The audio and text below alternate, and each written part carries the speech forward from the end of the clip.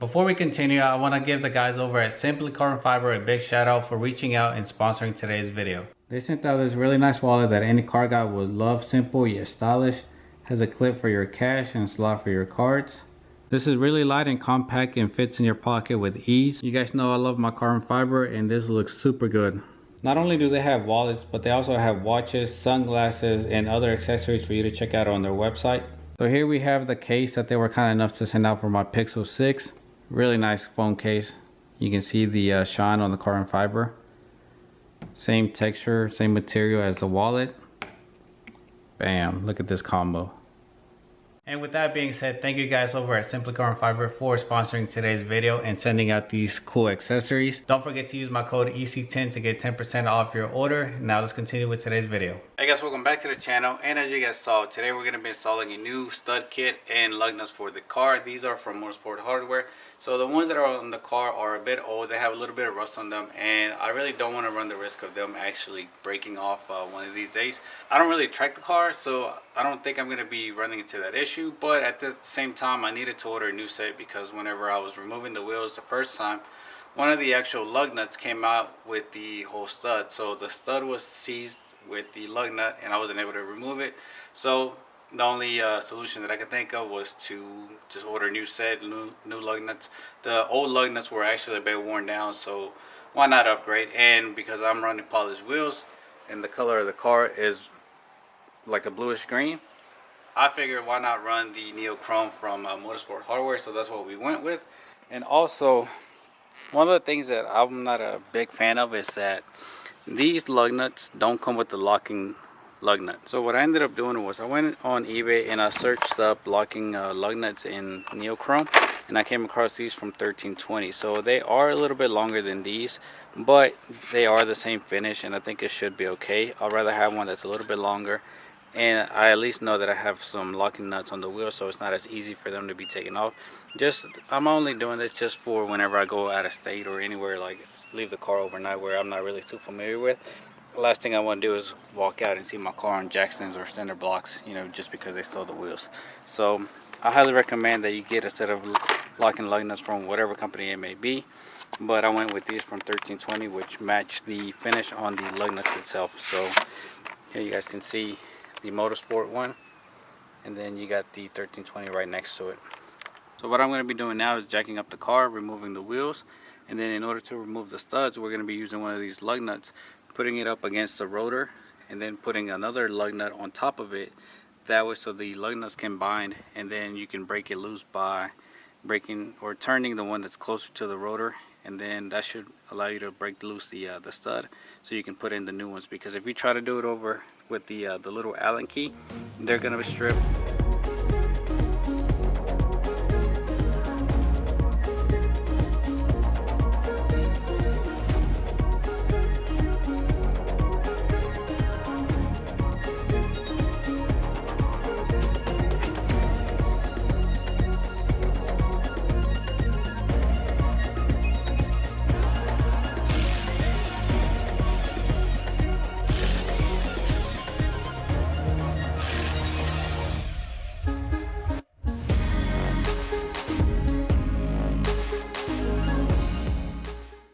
So as you can see here, for one, this whole setup is just nasty. I'm going to have to do something about it. I think I'm going to paint these for the time being until I get a new set of rotors.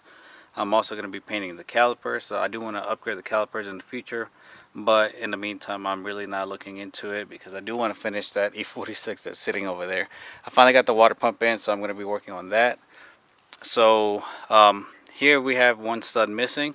So all we got to do is just get these four out, and then you know, replace them with the new ones. You can see they're a little bit, this is probably the salt. So this salt's probably going to be, or has been eating into the stud, and maybe has weakened the material. So just to be on the safe side, I decided to replace them. Why not?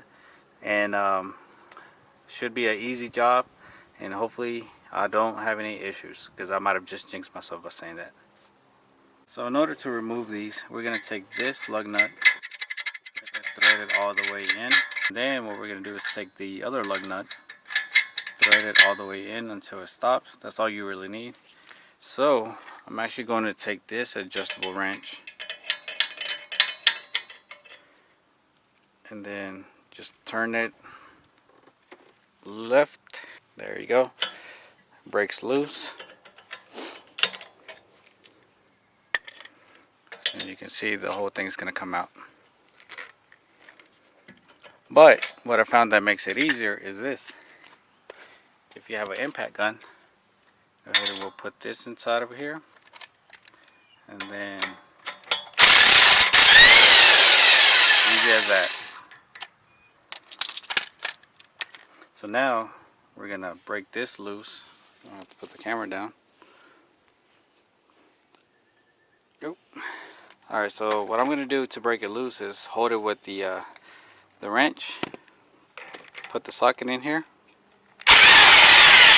There we go, we got the first one broke loose. Take that out. And then this should come out. And then the one that I did first, it actually ended up getting stuck onto the actual stud. So all you gotta do is just take some pliers, hold it on one end, and then you should be able to break this one loose. Simple as that. So I'm gonna go ahead and remove all of them, and then we'll go back and install the new ones. Alright guys, so in order to get these installed, what we're gonna do is drop. You only need one, but I like to do 2 drops just to be on the extra safe side. So 2 drops of the blue Loctite. Go ahead and thread it in by hand. Once you get it all the way in, you're going to take your 5mm Allen key socket, and then, let's see, we'll do it this way. You want to torque it down to 25. So I'd rather do it this way. There we go. So we're going to go ahead and do the rest for all 3, and then we should be good with this side because I already installed the front side.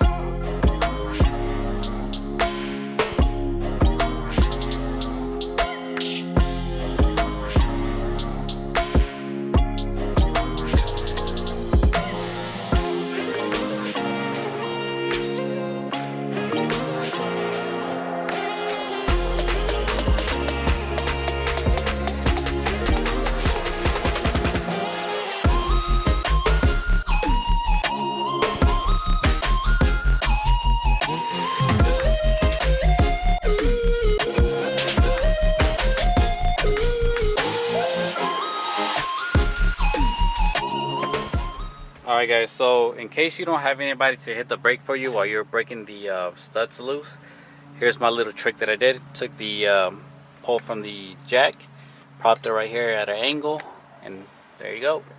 You got somebody holding the brake constantly. Here's the finished product. I don't know how good you guys can see it on camera. I can't really tell because it's super bright out here, but we got the fronts and the rears done. I actually got to do the other side. That's why it's jacked up right now, because I started and I was like, oh wait, I didn't show you guys the outcome. So here we have it. This might be a little bit too much for some people. Some people, dang, I can't even talk. Some people probably won't like it because it does look kind of pinkish for the most part. It does have like a little bit bluish green here on, but it's mostly pink and goldish. But I'm cool with it. So let me go ahead and do the other side, and then we'll set the car down, and I'll show you guys a little cinematic.